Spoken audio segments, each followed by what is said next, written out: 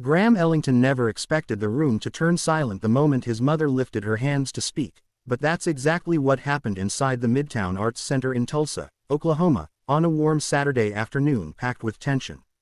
This wasn't some fancy gala or tech conference.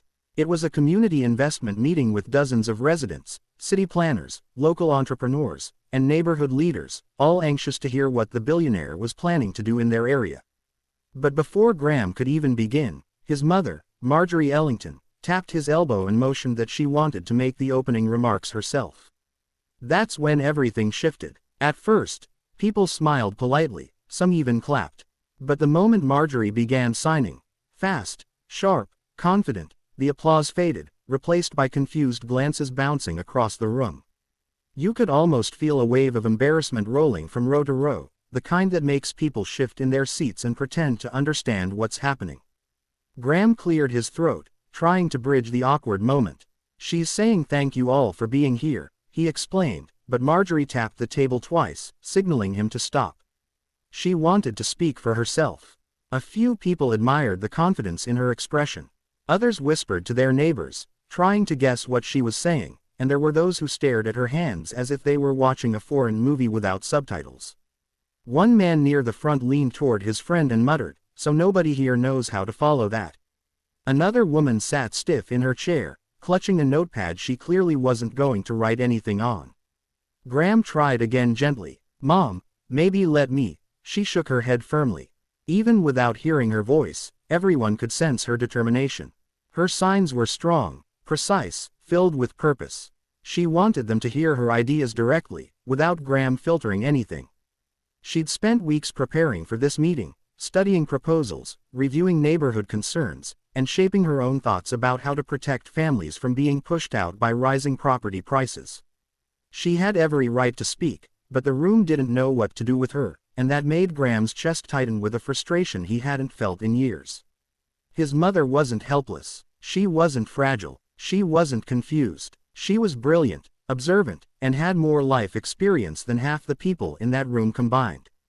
Yet here she was, signing with all the clarity in the world, and people were acting like she was speaking in code. Someone coughed. Chairs squeaked. A few cell phones appeared under the table as people looked down, pretending to check messages so they wouldn't have to meet her gaze. Graham clenched his jaw and forced a smile that didn't reach his eyes. "All right," he said tightly, "I'll translate what I can." "She's saying," but Marjorie caught his wrist. She looked him directly in the eyes, her expression both gentle and unyielding. She wanted him to understand that she didn't bring him here to be her voice.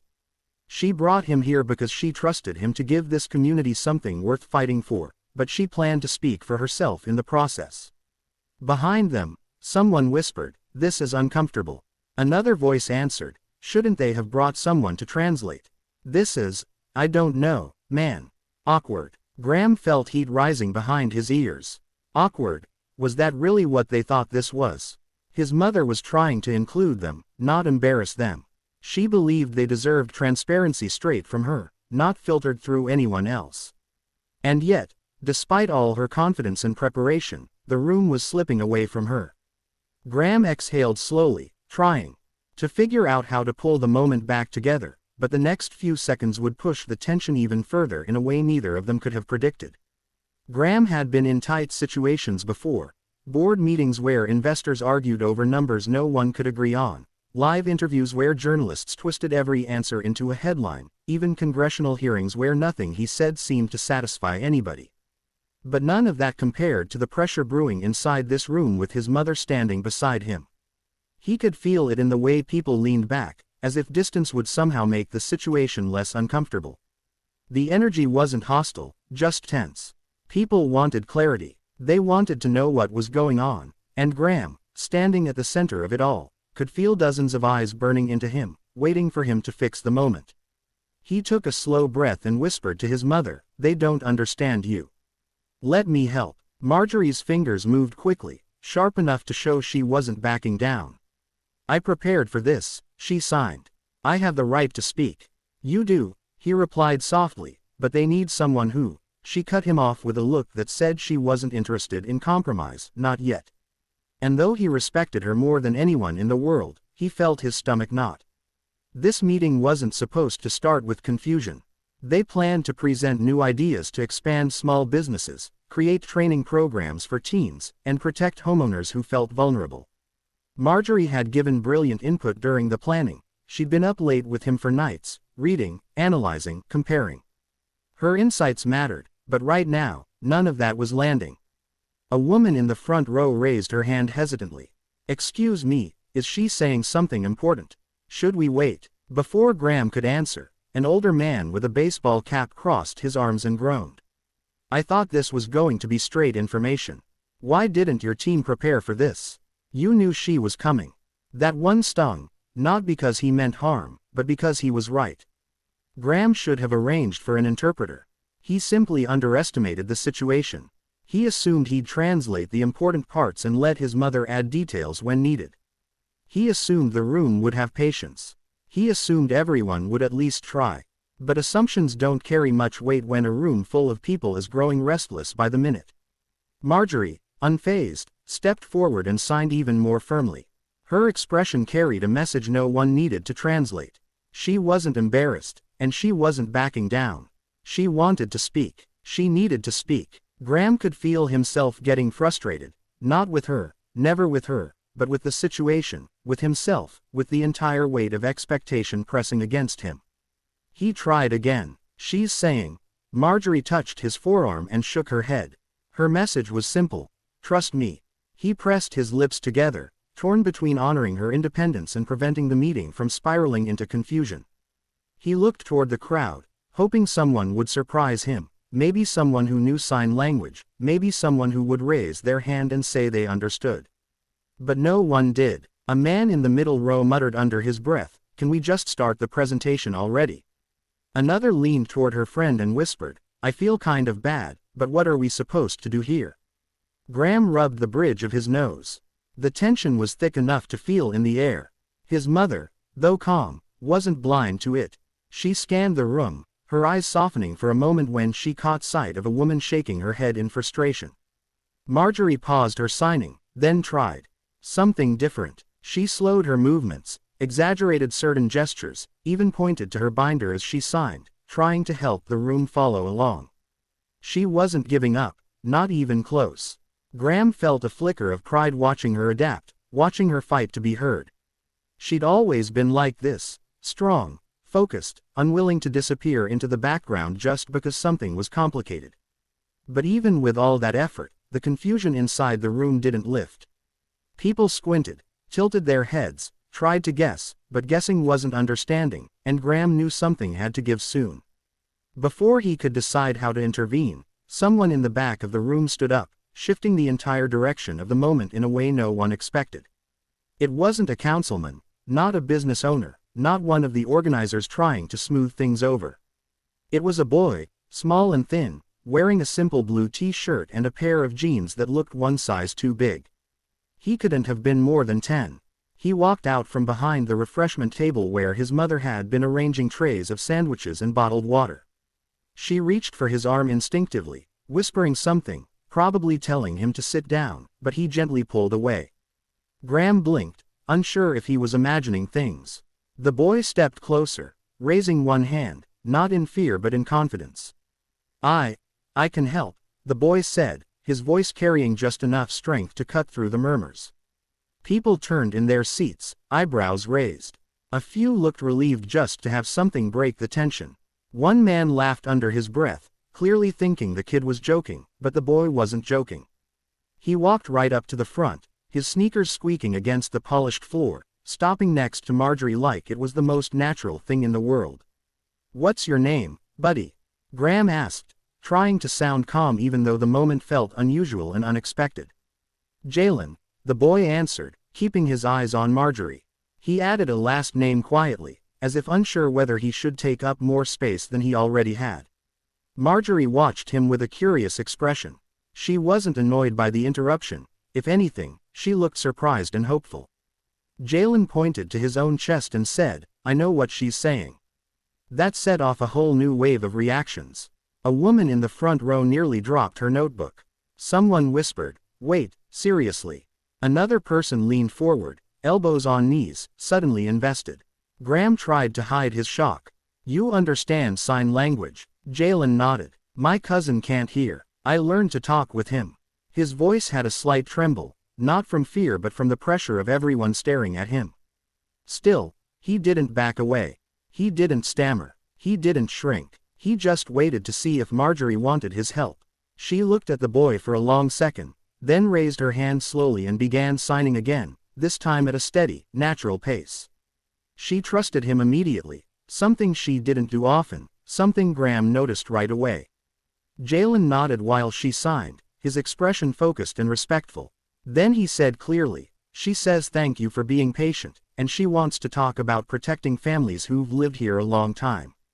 The entire room went silent, but for the first time that day, it wasn't uncomfortable. It was relief. It was clarity. It was the sound of people finally understanding what they'd struggled with only moments before. Marjorie signed again, and Jalen followed. She says she's been reading everything about what's happening in this neighborhood, and she's worried that the people who built this place won't be able to stay. Someone near the back whispered, that's what we've been saying. For months. Another nodded slowly, now hanging on every word. Jalen kept translating, his rhythm smooth and natural. He didn't just say the words, he matched her tone. When she was serious, he sounded serious. When she made a small joke, something about how Graham still couldn't fold a fitted sheet even as an adult, the boy's mouth curved into a grin as he translated it, and the room actually laughed, genuine laughter, not the nervous kind from before. Graham felt tension slip off his shoulders, replaced with admiration for a child he'd never met before. Someone raised a hand. Can we ask her questions? Jalen looked to Marjorie, who smiled warmly and signed her approval. The energy in the room completely changed, and the woman who had earlier clutched her notepad in confusion now leaned forward, pen ready, eager to listen. Jalen didn't look away from Marjorie. He didn't look intimidated by the crowd. He simply stepped into the space like he belonged there, and in that moment, it was clear that he did. With Jalen now standing beside her, Marjorie seemed to regain every ounce of confidence she'd walked in with. Her shoulders relaxed, her eyes brightened, and her hands moved with the kind of rhythm that showed she was finally being heard, truly heard. She signed something longer this time, her expressions shifting between concern, hope, and a hint of frustration. Jalen followed each movement carefully. She says, he began, that she knows people are scared, not just about the new buildings or the prices going up. She says people feel like they're losing their place, like they won't belong here anymore. A hush fell over the room. Marjorie signed again, and she thinks it's unfair that families who held this neighborhood together might get pushed out, Jalen continued. She wants any new project to protect them first.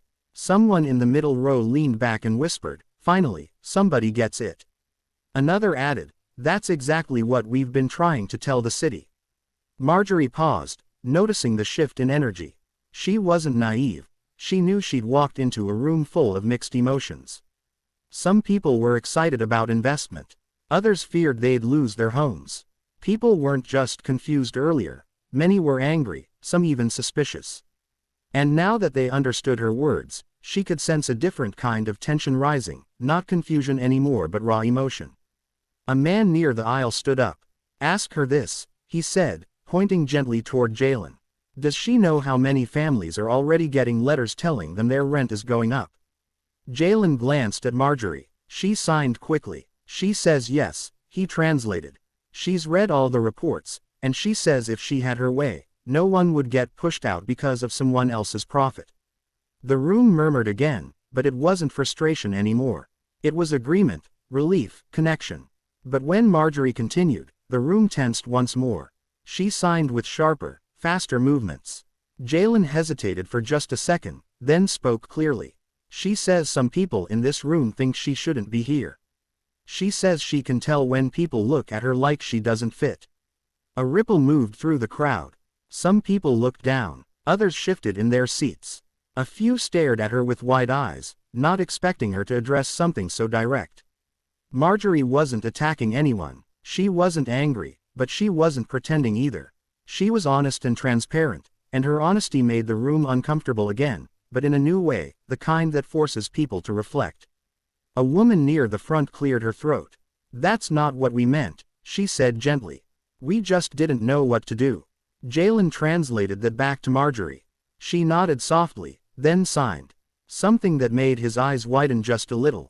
She says she understands, Jalen said quietly, but she also says that sometimes people don't mean harm and still end up hurting someone. She says she's used to it, but she wishes it didn't have to be this way. You could hear the weight of her words in every breath the room took afterward. Graham watched all of this unfold with a complicated mix of pride and heartbreak. He'd grown up seeing his mother face situations like this, people misunderstanding her, underestimating her, or talking around her like she wasn't present. He thought this meeting would be different. He wanted it to be different.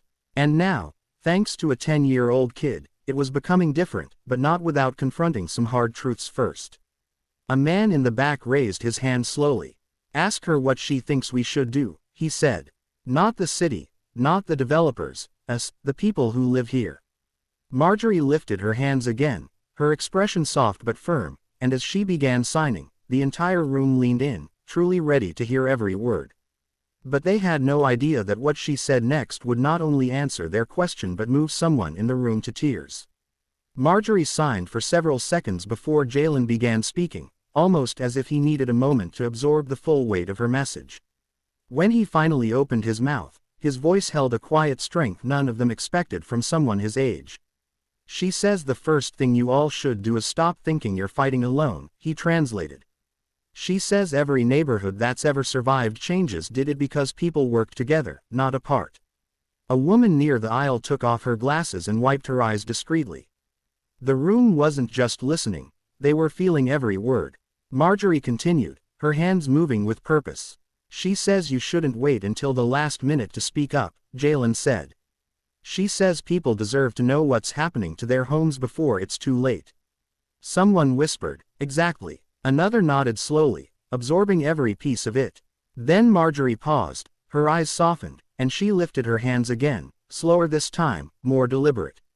Even without knowing sign language, people could sense this part meant something deeply personal. Jalen hesitated before translating. She says. He swallowed softly. She says she knows what it feels like to be ignored. She says she spent years trying to speak and being treated like her voice didn't matter. The room went still. No coughs, no whispers, not even the shifting of chairs, just silence. Jalen continued, his tone dropping slightly. She says she doesn't want anyone else to feel that way. Not because of money or power or who they are. Graham felt a tightness in his throat. He had heard his mother talk about her frustrations before, the lonely moments when people spoke over her or around her, but hearing a child translate it made it hit harder. A man in the back, the same one who'd complained earlier, stood up again. This time his voice wasn't irritated, it was heavy. Ask her, he said, clearing his throat, what she wants us to do when the letters start coming in, once they decide who gets to stay and who doesn't. Jalen turned to Marjorie. She didn't need time to think. The answer was already in her hands. She says, Jalen reported, she wants everyone here to form a group, not just to talk, but to plan. She says you need to meet regularly, share information, and support each other before decisions are made for you. He looked back at her as she signed again.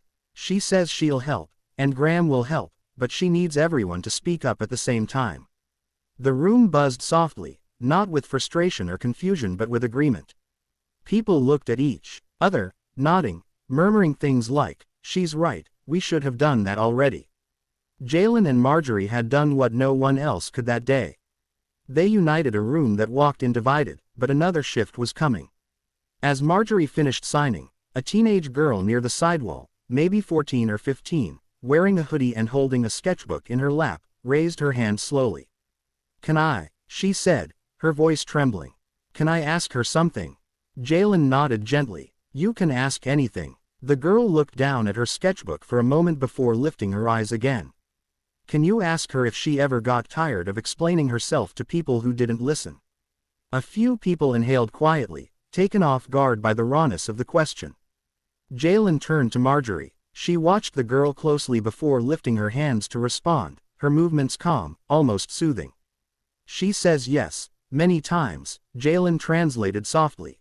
She says she cried sometimes because people treated her like she didn't matter, but she also says she kept going anyway. The girl pressed her lips together, trying to stay strong. Why? She asked. Why keep trying? Marjorie signed again, slower than before. Jalen's voice wavered slightly as he said, she says, because when one person understands you, it makes everything worth it. A quiet sniffle came from somewhere near the back, then another closer to the front. Graham looked around the room and realized the meeting had shifted from a discussion about budgets and buildings to something far more meaningful, a conversation about being seen, heard, and valued. And it wasn't because of him. It was because of Jalen. Jalen had been translating for nearly 20 minutes, and he hadn't complained once. But as Marjorie continued signing, something about his posture shifted. He wasn't trembling or scared. It was something deeper, almost like her words were stirring something inside him. Marjorie paused mid-sentence and looked at him closely. She wasn't just communicating. She was reading him, noticing the tiny changes in his expression. She signed something short and gentle. Jalen shook his head, almost embarrassed, but translated anyway. She says she wants to know if I'm okay. The room softened at once. He took a breath, then added, I'm okay. I didn't know this would feel like this. Graham stepped toward him, lowering his voice. Feel like what? Jalen shifted his weight, eyes darting between Graham and Marjorie. Like I'm talking for somebody who's been through what my cousin goes through. And I didn't think it would hit me like this. People watched with quiet attention, the kind you only give when someone is speaking from a place they don't usually share publicly.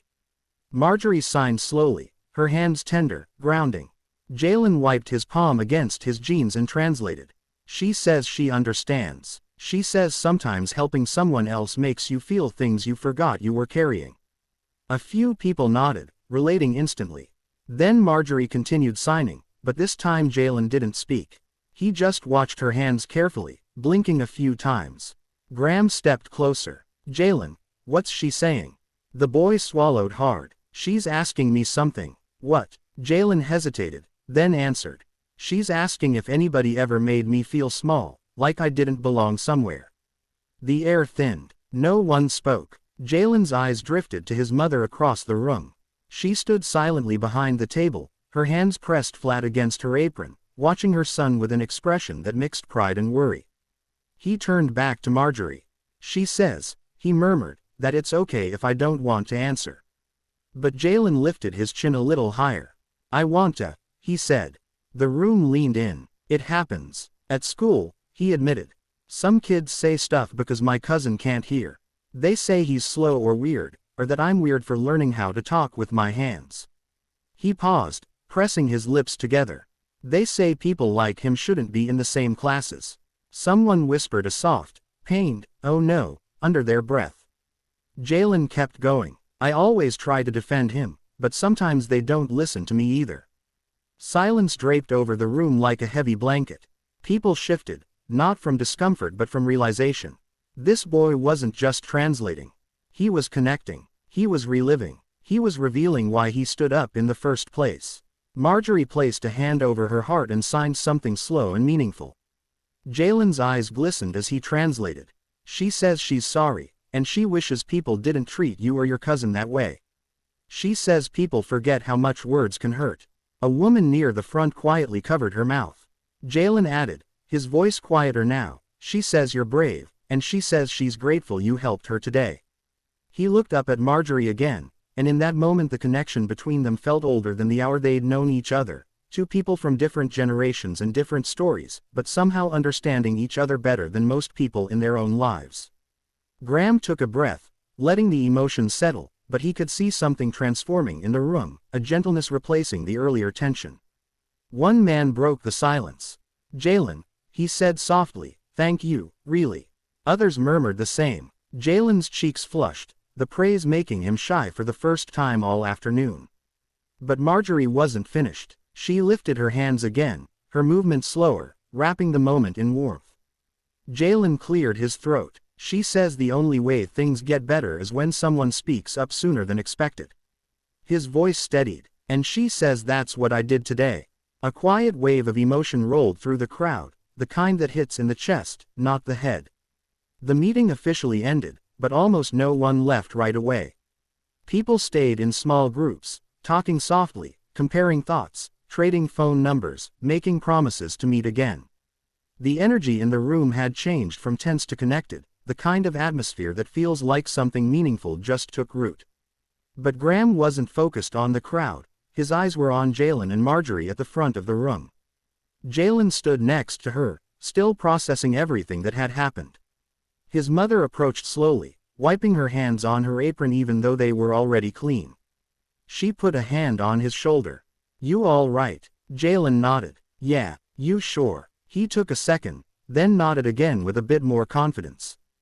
Graham stepped forward, offering Jalen a warm smile. "You did something incredible today," he said. "You helped everyone understand what my mother was trying to say. That's not something most adults could have handled." Jalen looked down, shy again. "I just wanted people to hear her. And they did," Graham replied, "because of you." Marjorie signed something gently, her eyes soft. Jalen smiled as he translated. "She says thank you, and that she's proud of me." His mother exhaled, touched. You could see in her expression that she always believed her son was special, but hearing it said aloud, translated from someone like Marjorie, gave it a whole new weight. A few people approached Marjorie to shake her hand or pat her arm. Others thanked Jalen directly. Even those who initially looked irritated earlier were now offering kind smiles, apologizing for their reactions, trying to repair the tension. One man wearing a plaid shirt approached Jalen with careful steps. "Hey, kid," he said, rubbing the back of his neck. "I was the one who said it was awkward earlier. I shouldn't have. You and your mom." He looked at Marjorie and corrected himself. "You and Ms. Marjorie, you both taught me something today."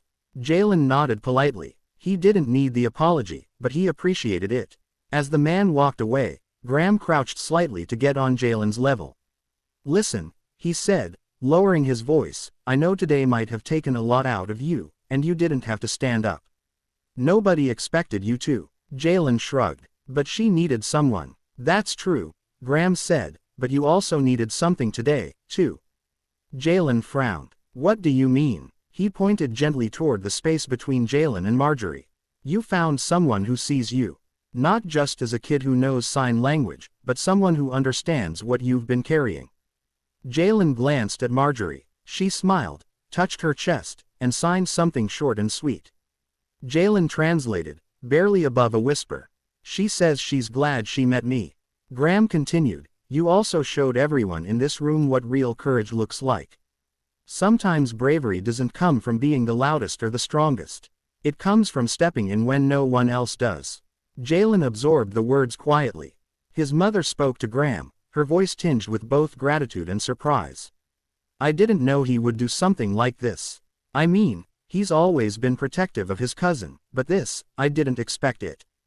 Graham nodded. Most people don't expect greatness from kids, but it's there.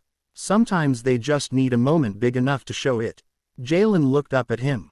"Is your mom okay? I mean, did I do it right?" Graham let out a soft laugh. "Jalen, you didn't just do it right. You did it better than anyone else could have."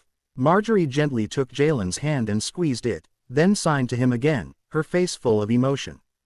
Jalen translated, his voice steady but warm. "She says she hopes I never let anyone make me feel small again." Jalen blinked a few times, surprised at how much that sentence affected him. His mother wrapped her arm around him, pulling him close.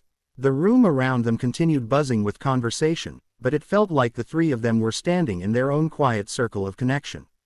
Graham stood, looked around, and said, "You know, today wasn't supposed to go like this, but honestly, I think it went better than any presentation I could have prepared." Jalen grinned. "Maybe your mom should lead all your meetings." Marjorie signed instantly, and Jalen translated. "She says she agrees." Everyone laughed, gentle, real, relieved. Eventually, the crowd began filtering out of the room. People walked slowly, still deep in conversation, not about investment charts or construction plans but about what they'd felt, what they'd seen, what they'd learned. It wasn't the meeting they expected, but maybe it was the one they needed. Marjorie stood near the front, gathering her notes as Jalen lingered beside her. His mother came over with a mix of pride and disbelief in her expression. "You ready to go, baby?" she asked. "Yeah," he said, although he didn't seem in a hurry. Graham approached them with a thoughtful look on his face. He glanced at Jalen, then at Marjorie, then back at the boy's mother. "I know you're busy," he said gently, "but would you both mind staying for just a minute? I want to say something before you leave." Jalen's mother nodded, and the three of them stood together at the front while the last of the attendees drifted out the doors. Graham took a breath, choosing his words carefully. "I've sat in hundreds of meetings like this," he began. "People argue, talk over each other, or leave feeling like they weren't heard. Today, none of that happened, and it wasn't because of me. It wasn't because of the plans we brought. It was because of you, Jalen." The boy blinked, stunned. "You didn't just translate," Graham continued. "You helped strangers understand each other. You showed everyone what it looks like to step up before someone even thinks to ask, and you reminded this room that people deserve to be heard, even when the world doesn't know how to listen." Jalen shifted shyly, rubbing his sleeve. "I just didn't want her to stand there alone." Marjorie signed something immediately. Jalen translated, his cheeks warming. "She says she didn't feel alone, not once I stood up." His mother placed a hand on his shoulder. "That's who he's always been," she said quietly. "Even when he was little." Graham nodded, then looked at the boy again. "You know what the most powerful thing in this whole room was today?" Jalen shrugged. "Your mom." "That too," Graham said with a grin, "but mostly it was your willingness to help before anyone else did." Jalen didn't reply, but the meaning settled into him. Graham crouched slightly so he could look the boy in the eye. "Keep doing that," he said. "Keep showing up for people. Keep using what you know, even if it feels small, because it never really is." Jalen held his gaze, and for the first time all day, a spark of pride flickered in his eyes. Marjorie stepped closer and gently squeezed Jalen's arm, then signed again, slower than before, like she wanted him to absorb every bit of it. Jalen took a breath and translated softly. "She says people like us don't always get listened to, but when we speak anyway, when we help anyway, we make things change." His mother wiped at her eyes. Graham exhaled, feeling the truth settle inside the room one last time. A few leftover attendees gathered their things near the back doors. Before leaving, one of them called out, "Hey, kid, thanks again. You made today mean something."